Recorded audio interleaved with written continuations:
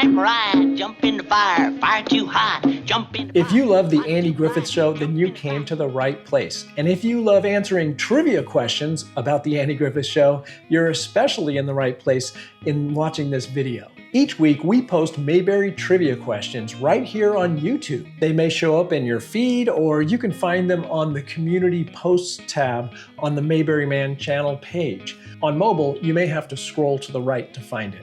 Now, in this video, we're looking at our trivia questions that you guys found the most difficult to answer. Let me do your real hard one. 25 and 25. 50. To measure that, we're looking at the overall score by our followers. So we're only looking at the questions where you guys scored less than 50%. Yes, a failing grade. Do any of you have any interest in learning about it? If you have, you just haven't shown it. Shazam. So let's take a look at the questions that you guys got wrong most frequently. And we're going to start with the easier ones and work our way to the hardest. It's amazing how that stuff stays with you. Once you learn something, it never leaves you. It stays locked up tight right in the old noodle. Does, huh? Let's go. In Andy and the Woman Speeder, what is the name of the woman speeder? Was it Elizabeth Crowley, Elizabeth Foley, Elizabeth Myers, or Melissa Stevens? 44% of you got this correct. It's Elizabeth Crowley. Elizabeth Crowley, Washington, D.C. You don't set a very good example for somebody that lives right in the capital of the United States, do you? Next, in Goober's replacement, who replaced Goober at Wally's gas station when Goober went on vacation? Was it Gomer, Howard, Flora, or Emmett? Now, a couple of these character options would probably clue you in that this is a color episode. And the correct answer, which only 44% of you got correct, was Flora. Anything else you'd like, sir? Yeah, I'd like to be 30 years younger. Here you are, sweetie. Keep the change. Well, thank you, and come back and see us real soon. Sure will. I'm going to use up this gas just as fast as I can. Next, in Wedding Bells for Aunt Bee, who courts Aunt Bee? Now, it's a little bit tricky, right? Because there is an episode where Briscoe Darling courts Aunt Bee, but that's not the question. It's in this specific episode, Wedding Bells for Aunt Bee. And the correct answer, which only 43% of you got correct, is Fred Goss, the dry cleaner. If the popcorn butter dripped on your dress, bring it in first thing tomorrow. I will. Don't put it off. I'll bring it in the first thing. Don't forget, you and the family get a discount. In The New Doctor, what condition does the new doctor diagnose Barney with? When Barney goes in, he gets a checkup, and only 43% of you got this correct. He's diagnosed with low blood pressure. It's your blood pressure, Mr. Fife. My blood pressure? Well, what's wrong with it? Well, it's rather low. Low? Low? Low? Where does it say low? Mr. Where? Fife, take my... Now, in The Perfect Female, who was the perfect female? Was it Ellen Brown, the manicurist, Mary Simpson, the county nurse, Helen Crump, the school teacher, or was it Karen Moore, the women's skeet shooting champion of Arkansas? And I can get why you answered this incorrectly, but the correct answer is Karen Moore, the women's skeet shooting champion of Arkansas, which 42% of you answered correctly. Oh! In Andy the Matchmaker, what's Barney's explanation for why he noticed Miss Rosemary's new hat? You have to be really paying attention because it's like just kind of a little one-off line in that episode.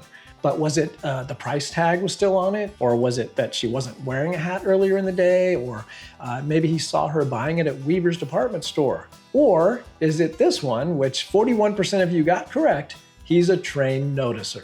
That's a nice new hat you're wearing there. I never thought you ever noticed things Body wore, Mr. Fife. Oh, I'm a trained noticer. Now, in The Horse Trader, who did Andy say the town's antique cannon once belonged to? Was it George Washington? Was it George S. Patton, old blood and guts himself? Was it Robert E. Lee? Or was it Teddy Roosevelt?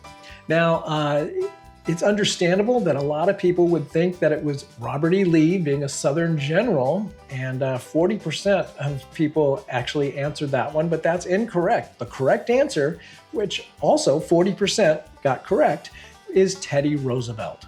Well, that crack right there come from a direct hit whilst Teddy Roosevelt was dragging her up San Juan Hill. All right, that wraps up the 40% and higher category. Now we're going to drop down into the 30% range, even lower scores. So let's see what these questions bring. What was the name of Gomer's dog? And according to Gomer, he was a dumb dog, but sweetly disposed. Now, a lot of people think that it was Limley Gilbert, and I think Gomer in Gomer Pyle USMC did mention a dog, Limley Gilbert, and I think Andy at some point also mentions Limley Gilbert, which I think was somebody from Andy's childhood, which is why that name would get used. But in this particular episode, Gomer is at the Taylor house and he's telling stories, and the correct answer, and 39% got it correct, is Sport. I had a dog once. He was known by 2 names, one of which was Sport. Now, in a medal for Opie, what track and field event does Opie enter and lose? And now it's pretty easy to remember that it was a sprint, a dash of some sort, right? But was it 40, 50, or 100 yards? Well, 39% of you got it correct. It was the 50-yard dash. What event you gonna sign up for, Oak? The 50-yard dash. I'm gonna get me that medal. Next up, in the county nurse.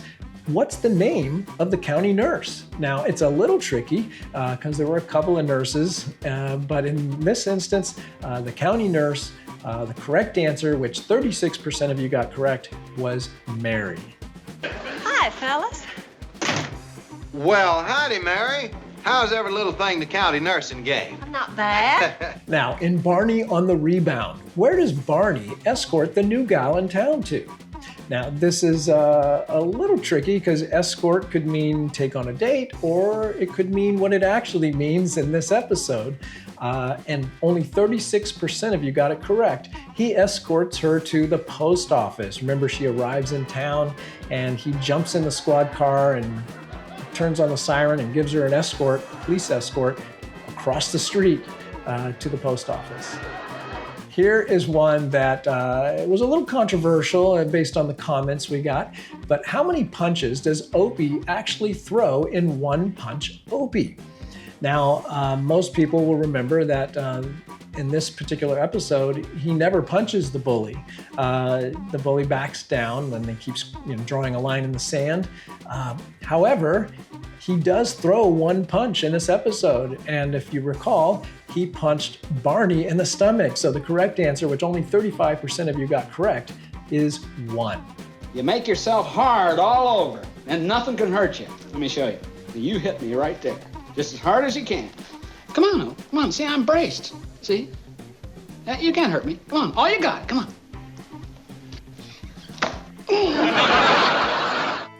In Barney Gets His Man, what's the name of the escaped criminal who Barney captures on accident? So if you recall, Barney sort of inadvertently captures this criminal on the streets of Mayberry, kind of gets tangled up with him. But it's a little tricky remembering his name, and which I can understand why so many people got this wrong. Was it Eddie Brooke? Was it Luke Comstock? Was it Doc Malloy? Or was it Gentleman Dan Caldwell? And at 35% of you got it correct. It was Eddie Brooke. I'll get you for this, deputy. In Andy and Barney in the Big City, what's the big city they travel to? Now, again, this is another controversial one. We had some disagreements in the comment section. But was it Mount Pilot? Was it Capital City? Was it New York? Or was it Yancey? Let's go to the Gigolo Club over in Yancey. They got a floor show there. Well, of course, Yancey is where the location of the Gigolo Club, and that is not where they were. But 57% of you said it was Mount Pilot, which is not correct. The correct answer is Capital City, but the discussion was about, well, it was Raleigh. Well, it wasn't Raleigh because they never said Raleigh, they just said Capital City. So, I mean, logically, you would think it's Raleigh, but they don't say that. So the answer, the most correct answer is Capital City. This is where the action is. Capital City. Next, in bringing up Opie, who has a problem with the way Andy is raising Opie? Now again, this is kind of specific to this episode, which is why we put the title of the episode in the question, because at different times, different people have an issue with, Andy's parenting or Andy being single, things like that. And this one, 59% of you answered incorrectly. You said Barney, when the correct answer, and this one is, and she said that she had a problem with Opie hanging around the jail all the time, right? It was Aunt B, and only 30% of you got that. Andy, you don't want the principal calling every other day, do you? Well, no. That jail is just not the best influence for a young'un. That brings us to the top 5 most difficult questions based on your scores. So in Barney and the Choir, what was the title of the song known as Good Old 14A? And I was surprised that so many people got this wrong. So was it Santa Lucia? Was it The Lonesome Road? Down in the Valley? Or Welcome Sweet Springtime? Now 46% of you thought it was Santa Lucia, which is a similar episode. It's Barney's in the choir, but that was the one where Gomer ends up singing the part in Santa Lucia. But in Barney in the Choir, good old 14A was Welcome Sweet Springtime.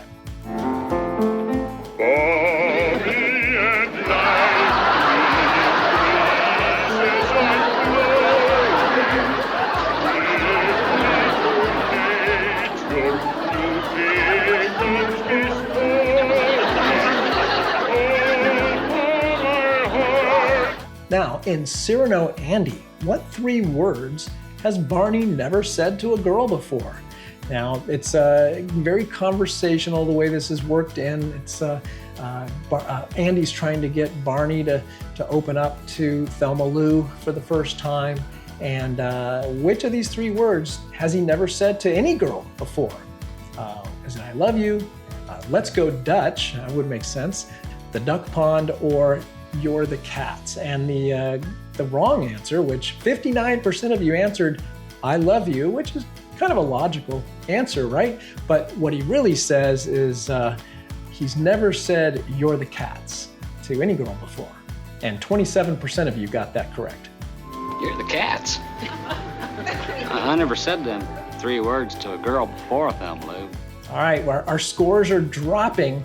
We're down to 21% on this question. In Mayberry Goes Bankrupt, according to the computation machines down at the bank, how much does the town of Mayberry owe Frank Myers for his $100 bond issued by the city in 1861?